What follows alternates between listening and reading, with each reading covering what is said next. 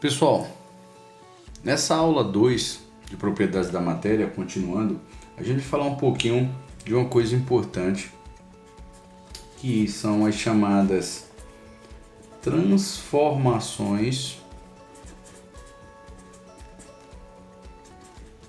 físicas e químicas. Uma coisa muito importante é o aluno saber o que é uma transformação física e o que é uma transformação química.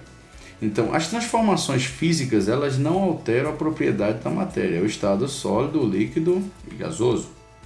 Já as transformações químicas, ocorre o que a gente chama também de fenômeno químico. Aí, nesse caso, ocorre uma alteração. Por exemplo, reações biológicas, reações de queima.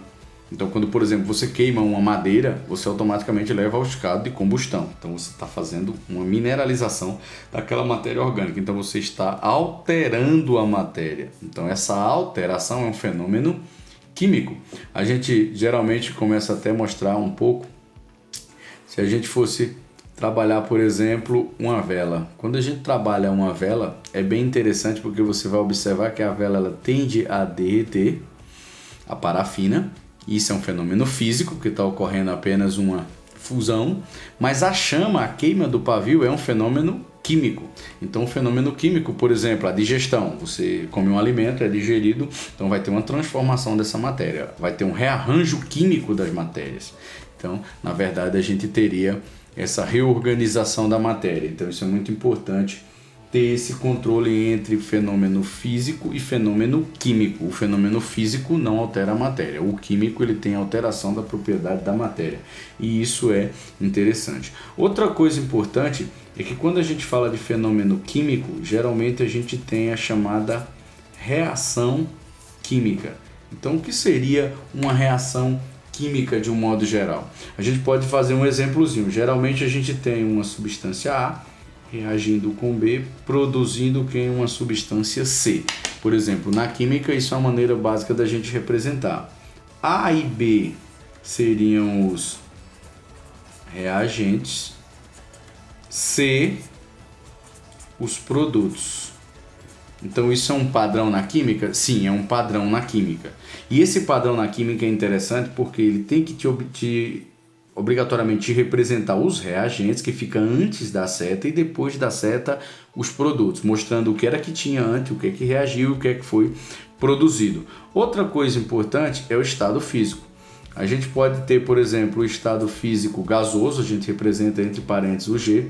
A gente pode ter o estado físico líquido, a gente pode ter o estado físico sólido e a gente pode ter o estado físico aquoso, quer dizer, está dissolvido no meio aquoso. Então, são formas de representação comum na química.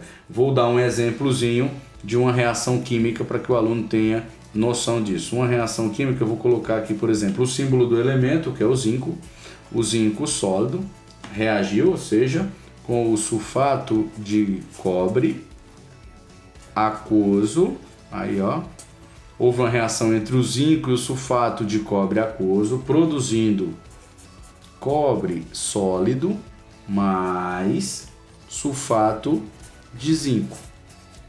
Nesse caso aqui, aquoso. Se você for observar, o que é que eu vou ter aqui? Eu tenho uma reação química, porque eu estou tendo uma alteração da molécula. Se você for observar, essa é a maneira correta de representar uma reação química.